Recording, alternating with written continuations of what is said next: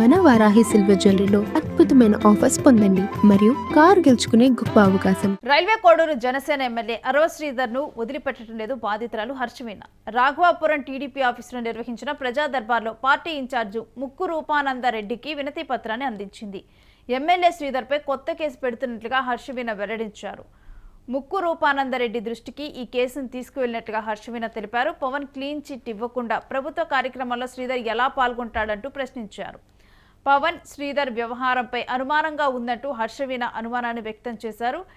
ఇక పలుసార్లు ఫిర్యాదు చేసినప్పటికీ కూడా పార్టీ ఎటువంటి చర్యలు కూడా శ్రీధర్ మీద తీసుకోకపోవటం మీద కూడా పలు అనుమానాలు వ్యక్తం చేస్తున్నారు. మరొక వైపు ప్రజా దర్బార్ కార్యక్రమంలో కూడా తాను వినతి పత్రాన్ని అందజేయడం జరిగింది. మరొక కేసును కొత్త కేసును కూడా తాను పెట్టనున్నట్లుగానైతే తెలుస్తూ ఉంది.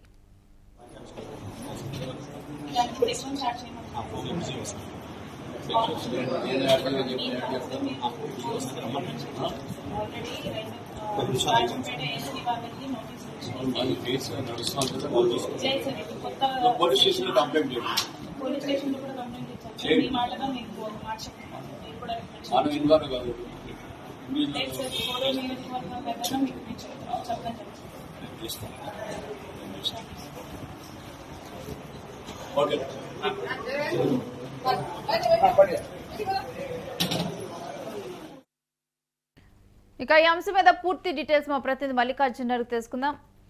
మల్లికార్జున్, బాధితురాలు తనకి అంటే ఎక్కడ వినతి పత్రం అందించినా కానీ ఎక్కడ కేసులు పెట్టినా కానీ పార్టీ తరఫున కూడా తనకు న్యాయం జరగటం లేదు. పవన్ కళ్యాణ్ మీద కూడా తాను డిప్యూటీ సీఎం మీద కూడా అనుమానాలు వ్యక్తం చేస్తున్నటువంటి సందర్భాన్ని చూస్తున్నాం. అసలు పూర్తి డీటెయిల్స్ ఏంటి?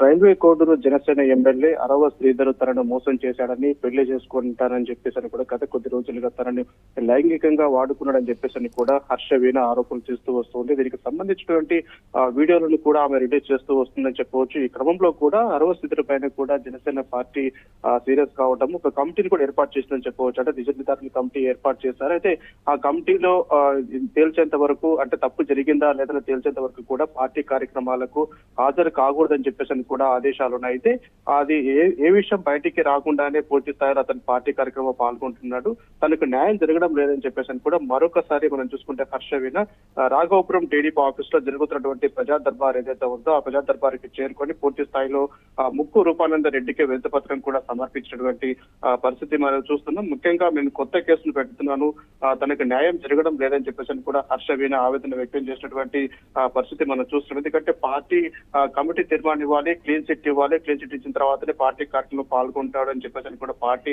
అధిష్టానం చెప్పినప్పటికీ కూడా యథేచ్ఛగా కూడా అరవ శ్రీధర్ అన్ని పార్టీ కార్యక్రమాల్లో పాల్గొంటూ ఉన్నారు. ఈ క్రమంలో కూడా తన పైన ఎలాంటి యాక్షన్ తీసుకున్నారు, ఒక మహిళకు అన్యాయం జరిగితే మేము సహించమని చెప్పేసి చెప్పినటువంటి డిప్యూటీ సీఎం పవన్ కళ్యాణ్ ఎందుకు, అంటే ఒక మహిళకు అన్యాయం జరిగితే ఎందుకు పట్టించుకోవడం లేదు, ఆయన వ్యవహార శైలి పైన కూడా మాకు అనుమానాలు ఉన్నాయి, నాకు అనుమానం ఉంది అని చెప్పేసి కూడా పూర్తి స్థాయిలో హర్షవీణ డిప్యూటీ సీఎం పైన కూడా ఆరోపణలు చేసినటువంటి పరిస్థితి. ముఖ్యంగా ఈ వ్యవహారం అంతా కూడా గత కొద్ది కాలం నుంచి కూడా హర్షవీణ తనకు న్యాయం చేయాలి, అరవ శ్రీధర్ తనను మోసం చేశాడు, తనకు తన బిడ్డకు రక్షణ కల్పించాలని చెప్పేసి కూడా పోరాటం చేస్తూ ఉంది. ఈ క్రమంలో కూడా మనము మరొకసారి టీడీపీ కార్యాలయానికి వచ్చారని చెప్పవచ్చు. రాఘవపురం టీడీపీ కార్యాలయం చేరుకొని అక్కడ ప్రజా దర్బార్ నిర్వహిస్తున్నటువంటి ముక్కు రూపానంద రెడ్డి ఇన్ఛార్జ్ ఎవరైతే ఉన్నారో అతనికి మరొకసారి కూడా వినతి పత్రం ఇచ్చేసి కొత్త కేసు పెట్టబోతున్నట్లు కూడా వెల్లడించిన పరిస్థితి.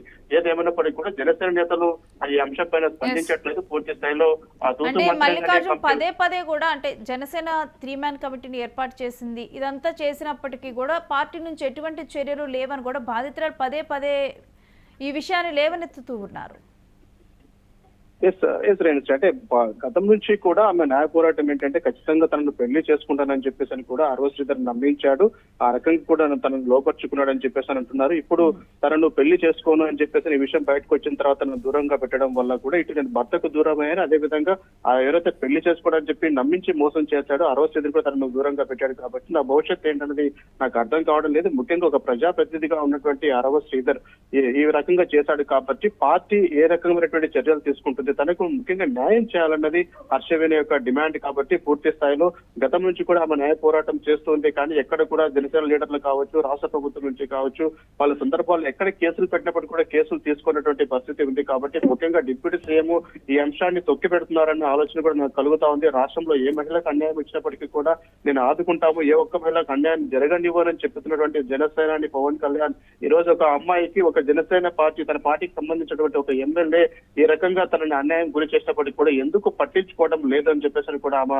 అనుమానాలు ఆరోపణలు కూడా చేస్తున్నటువంటి పరిస్థితి ఉంది. కాబట్టి పూర్తి స్థాయిలో ఇప్పటికైనా ఆ పార్టీ అతని పైన చర్యలు తీసుకోవాలా, తనకు న్యాయం చేయాలని చెప్పేసి కూడా హర్షవీణ డిమాండ్ చేస్తా ఉంది. ముఖ్యంగా గత 3 నెలల నుంచి కూడా నేను పోరాటం చేస్తున్నా కూడా పట్టించుకోవట్లేదు కాబట్టి నేను కొత్త కేసు కూడా పెట్టబోతున్నానని చెప్పేసి కూడా మరొకసారి చెప్పినటువంటి పరిస్థితి. అయితే ప్రతి చోట కూడా అందరినీ కలుస్తూ వస్తానని చెప్పవచ్చు. టీడీపీ నేతల్ని కావచ్చు, అదేవిధంగా జనసేన లీడర్లను కావచ్చు, ఇదందరినీ కలుస్తూ వస్తుంది. అయితే ఆరోపణలు వచ్చిన నేపథ్యంలో శ్రీమెన్ కమిటీ ఏర్పాటు చేశారు, ఈ ఇన్వెస్టిగేషన్ చేశారు. కానీ ఇందులో తప్పు చేశాడా లేదా అరవ శ్రీధర్ కు తర్వాత హర్షవేణికి జరిగినటువంటి ఈ సంభాషణ కావచ్చు, ఈ ఆడియో లీక్స్ కానీ వీడియో లీక్స్ కానీ వీటికి సంబంధించి ఏ రకమైనటువంటి రిపోర్ట్ కూడా ఇవ్వలేదని చెప్పవచ్చు. అంటే కేవలం తూతు మంత్రంగా ఈ టాపిక్ ని డైవర్ట్ చేయడానికి శ్రీమెన్ కమిటీ వేశారు.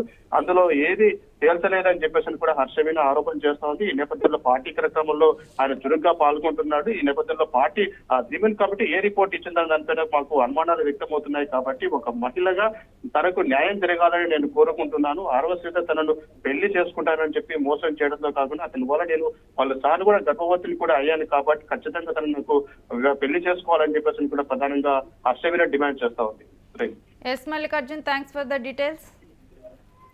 ఇక ఎమ్మెల్యే శ్రీధర్పై కొత్త కేసు పెడుతున్నట్లు హర్షవీణ వెల్లడించడం జరిగింది. ఇక తనకి పార్టీ నుంచి ఎటువంటి న్యాయం జరగటం లేదు కాబట్టి ముక్కు రూపానందరి దృష్టికి ఈ విషయాన్ని తీసుకొని వెళ్లారు హర్షవీణ ప్రజా దర్బార్ కార్యక్రమంలో కూడా. ఇక అదే సమయంలో పోలీస్ స్టేషన్లో కేసు పెట్టాలని చెప్పడంతో కూడా ఆల్రెడీ పోలీస్ స్టేషన్లో అయితే తను కేసు పెట్టినట్లుగా చెప్పి ఈ వినతి పత్రాన్ని అక్కడ అందించి వెళ్ళటం అయితే జరిగింది.